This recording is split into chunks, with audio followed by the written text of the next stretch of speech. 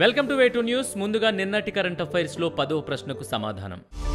అమృత్ ధరోహర్ అనే పథకాన్ని ఎవరు ప్రారంభించారు? A Amit Shah, B Narendra Modi, C Droupadi Murmu, D Rajnath Singh. సరైన సమాధానం బి నరేంద్ర మోదీ. అమృత్ ధరోహర్ అనే పథకాన్ని ప్రధానమంత్రి నరేంద్ర మోదీ ప్రారంభించారు. దేశంలోని చిత్తడి నేలలు పునరుద్ధరించడానికి ఈ పథకాన్ని ప్రారంభించారు. మడ అడవుల సంరక్షణ కోసం మిష్ఠీ అనే మరో పథకాన్ని కూడా ప్రధాని ప్రారంభించారు. ఈ రోజు కరెంట్ అఫైర్స్ లో మొదటి ప్రశ్న. సురినామ్ అత్యున్నత పౌర పురస్కారం అందుకున్న మొదటి భారతీయురాలు ఎవరు? A Nirmala Sitharaman, B Droupadi Murmu, C Sushma Swaraj, D Smriti Irani. సరైన సమాధానం బి ద్రౌపది ముర్ము.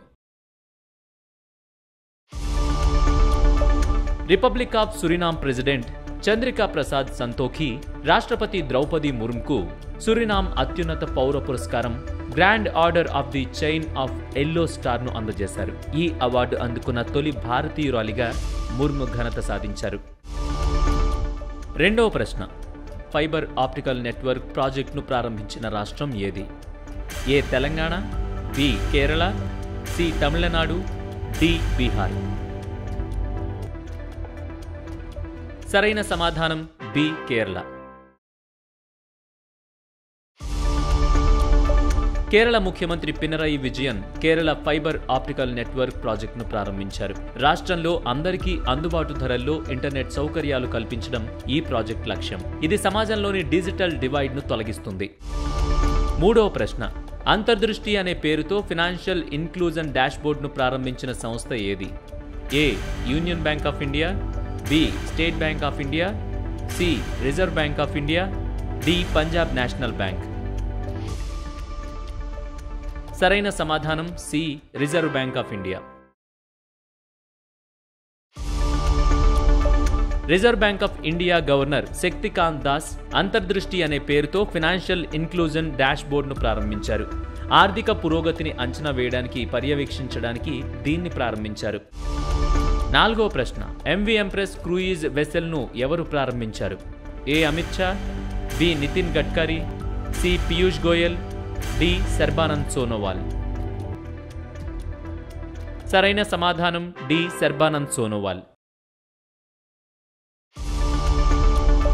కేంద్ర ఓడరేవులు, షిప్పింగ్ మరియు జలమార్గాల శాఖ మంత్రి సర్బానంద్ సోనోవాల్ చెన్నై నుంచి శ్రీలంకకు భారతదేశపు మొట్టమొదటి అంతర్జాతీయ క్రూయిజ్ వెజల్ ఎంవి ఎంప్రెస్ ను జెండా ఊపి ప్రారంభించారు. 17.21 కోట్లతో చెన్నైలో నిర్మించిన అంతర్జాతీయ క్రూయిజ్ టూరిజం టెర్మినల్ ను కూడా ప్రారంభించారు. ఐదో ప్రశ్న. ఇటీవల వార్తల్లో నిలిచిన కవచ్ వ్యవస్థ దేనికి సంబంధించింది? A Indian railway, B Indian navy, C Indian army, D Indian air force.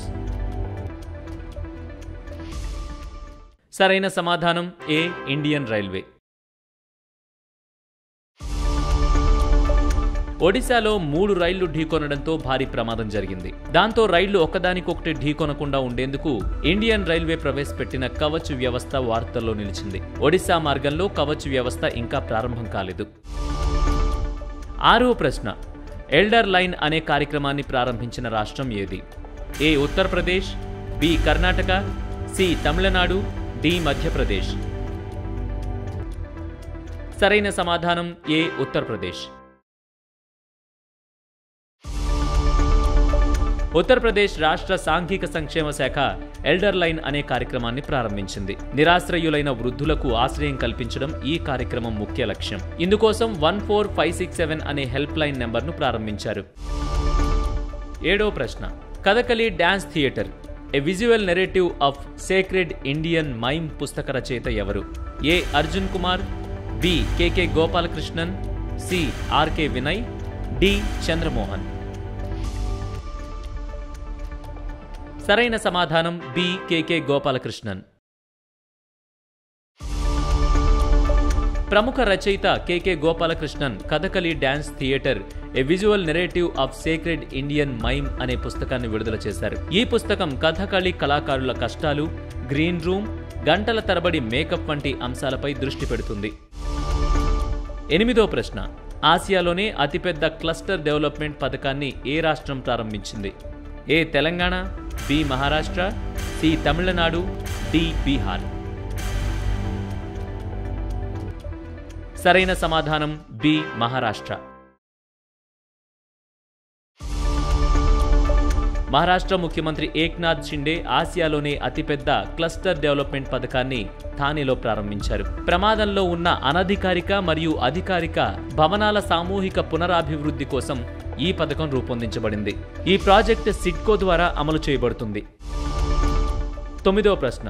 Wrangler బ్రాండ్కు brand అంబాసిడర్గా ఎంపికైన భారతీయ మహిళా క్రికెటర్ ఎవరు?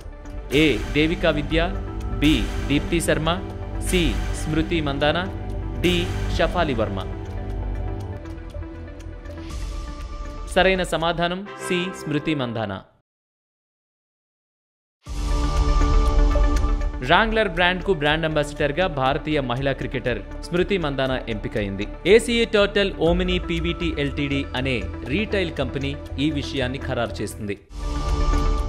ఆఖరు ప్రశ్న, దీనికి సమాధానం కామెంట్ చేయండి. సైక్లోన్ బైపోర్జోయ్ అనే పేరును ఏ దేశం సూచించింది? A Bangladesh, B Myanmar, C Nepal, D Sri Lanka.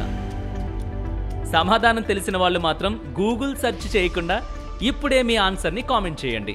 రేపటి కరెంట్ అఫైర్స్లో దీనికి సమాధానం నేను చెప్తాను. ప్రభుత్వోద్యోగం సాధించాలనే మీ కలకి వేటు న్యూస్ ఎంతగానో తోడ్పడుతుంది. ఖచ్చితమైన వార్తలతో ఎప్పటికప్పుడు మిమ్మల్ని అప్డేట్గా ఉంచుతూ మిమ్మల్ని టాప్లో నిలబెడుతుంది. అందుకే ఇప్పుడే మీ ఫోన్లో ఇన్స్టాల్ చేసుకోండి వేటు న్యూస్ యాప్.